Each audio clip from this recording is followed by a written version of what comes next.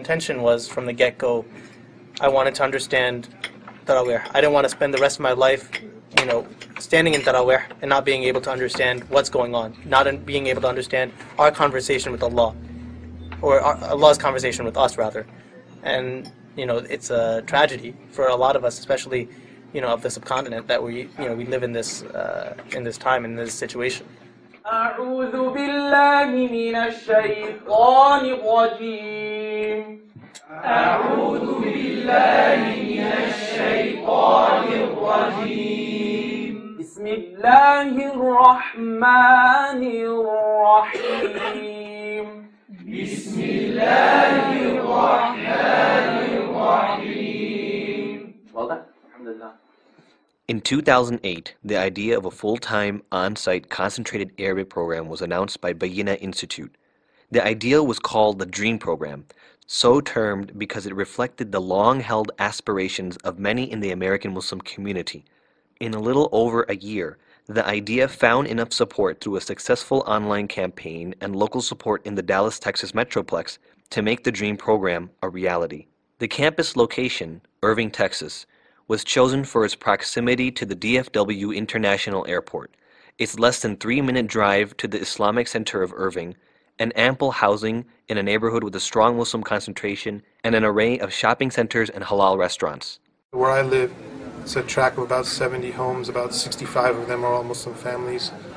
So you feel very safe about your neighbors and about what's going on. Irving Islamic Center Masjid is pretty... It's a really balanced masjid, mashallah, because there's all different sorts of faces. It's very diverse. Everybody's very accepting each other, very happy to see each other. 2300 Valley View Lane was originally the site of Nokia's headquarters in Dallas. Bayyinah was able to negotiate the lease of a campus space spanning over 11,000 square feet. A state-of-the-art professional setting was one of the essentials in making the Dream Program a success. The head of the program, Nouman, wanted to ensure that students have a top-notch learning environment along with suitable space for after-hour study, relaxation, as well as entertainment. It was also essential that there be as much consideration given to the sisters' half of the campus as there would be to the brothers' half. I really love the campus because everything is separated and divided. We have a really nice lounge. We can hang out and relax there, which is really needed during the day. And yes, I do spend a lot of time here, and it's convenient because I live really close by too. When you go into the campus, very clean lobby, I'm sure everybody's seen pictures of the lobby by now. It's black floor, there's red walls, and then you walk around and everything's neat, clean. It's very professional. If you have some odd concept of Muslim people setting up a place, this will completely outdo all your expectations. I was just so surprised. We had a pool table, there's ping pong there, and then the PS3 kind of blew me away. I was like, why is this here? This doesn't seem like it doesn't fit. In terms of I was like, we're here to study. Why is all these things there? And then, Nouman explained to us, you guys need breaks, and it actually makes sense. We were there for 5-6 hours a day, going through class. It's good to walk out there. The classroom is designed to accommodate 90 students comfortably. The original capacity for the program, however, was held at 50. Within the first 2 months of opening the application process, well over 100 applications poured in. Accommodations were made and the cap was raised, which is now set at 60. These students were to sacrifice 10 months out of their lives to immerse themselves full-time in a study of Arabic and Quranic studies. September 20th, 2010 was the start of the first ever Dream Program batch. Applicants for the inaugural year included college students, working professionals, married couples, siblings, and even entire nuclear families. It is for this reason a mother's room was also added to the sisters' study hall, where moms can both attend class via closed-circuit TV and be with their children at the same time without distracting the rest of the class. The brothers' side has a father's room as well. The head of the program and one of its main instructors throughout is Ustad Nouman Ali Khan. How do I say this and make it passive? It is said. It is said. Najib Mahfouz is from the greatest contemporary story writer. يقال أن نجيب محفوظ من أعظم كتاب القصة المعاصرين. كيف نشير إلى جمع مكسر غير عاقل؟ هذه Allah Azza wa Jalla is paralleling the journey in which the traveler depends on the stars to the journey of life in which we, the travelers, depend on the light of the Quran, the ayat of the Quran. Different areas of concentration are assigned to other unique instructors.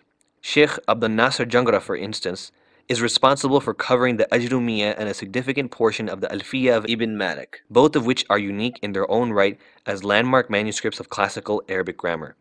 Hafiz Wissam Sharif is responsible for enhancing Quran reading fluency, the science of tajweed, and proper pronunciation of Arabic phonetics. فإذا جاءت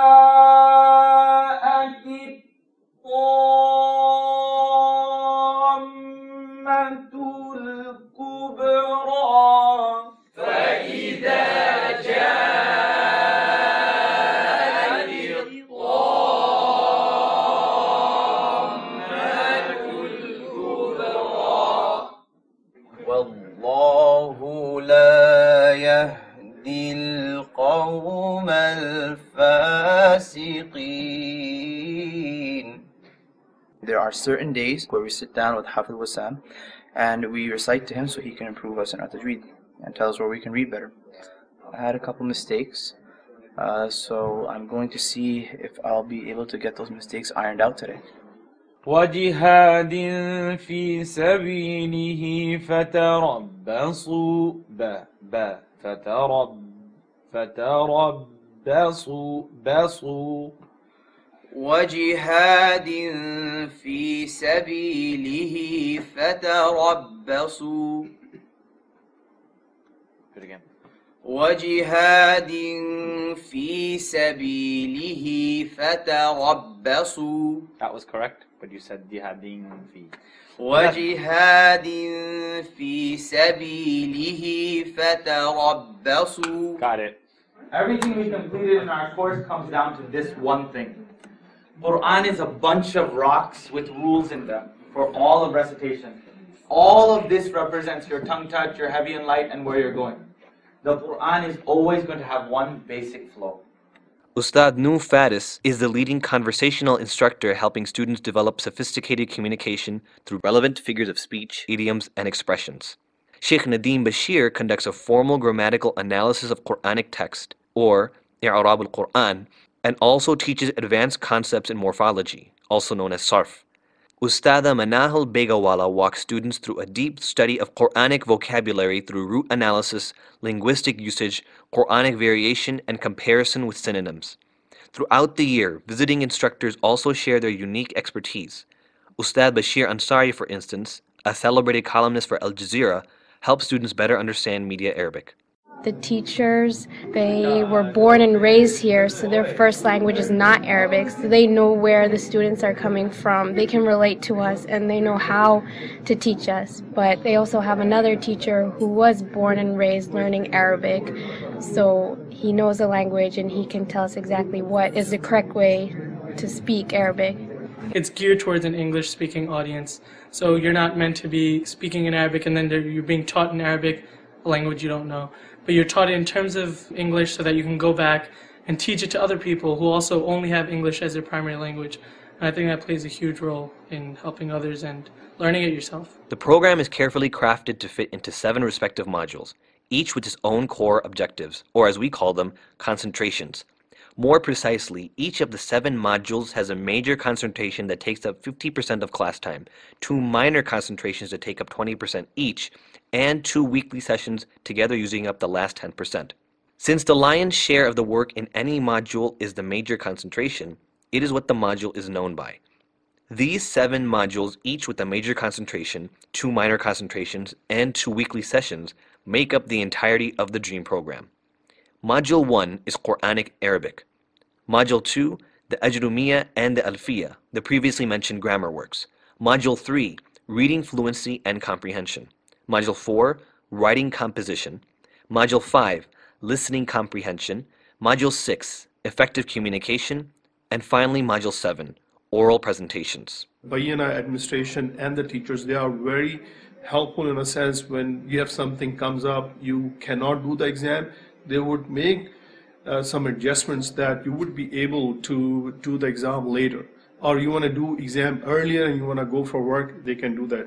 This is part of what they encourage, is not only do you commit to your study, but at the same time you make sure you balance your life. You know, deen and dunya is balanced, and I find that was a big, important part of what I learned here. Everyone studies differently, and you're going to have to know how you study before you come to Bayyinah, because if you don't know how to study, or if you don't have a study habit, and you come and start the program, it's going to be hard to catch up and adjust yourself to the intense schedule. 3 months into the first year batch of student studies, the first of 2 of 7 modules have been completed. Though the primary focus has been grammar, their conversational skills have progressed significantly. من أي مدينة حضرتِ؟ حضرت من مدينة سان فرانسيسكو في ولاية كاليفورنيا. هل تجدين صعوبة في الحياة في دالاس؟ لا، الحمد لله الحياة في دالاس سهلة. هل بدأت تشعرين بفهم جديد للقرآن؟ نعم، بدأت أشعر بفهم جديد للقرآن. نعم. ما هي أجمل عبارة قرأتها؟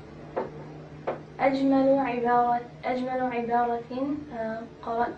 قرأته من كان يؤمن بالله واليوم الآخر فليقول خيرا أو ليصمت. From Module 3 on, Arabic becomes the primary language used on campus, and students are expected to communicate in Arabic throughout the day, even if it may be challenging at times. Bayyinah wants to extend a serious invitation to Muslim communities across the country to identify some of their truly talented volunteers, youth activists, imams in training, and teachers, and then support them in being able to attend the DREAM program for 2011. Bayyinah holds that these graduates will go back and become assets to their localities, and will play a significant role in bringing a new wave of educational reform that is truly homegrown. It's the language of our book. We can't get around it. We do have an awful lot of eloquent speakers, people who are capable of carrying a message in English, but we need the language of the Quran. We need to be able to pronounce it properly. This is one of these unique programs that permits us to learn it here in America. As someone who's memorized the Quran, that was my biggest motivation to go here. A lot of people, they memorize, and you lead Salah and you don't feel the enjoyment or the, like you really memorize and you really feel the impact of the Quran. But it's important, the next step after you memorize, everyone will tell you, is to now understand what you memorized. I can just imagine, once the program is done and the Ramadan comes and we're behind the Imam in the Taraweeh, just looking forward to that experience. Applications for the 2011 to 2012 year are now open. You're encouraged to download the curriculum, get information about the application procedure at bayyinah.com/stream.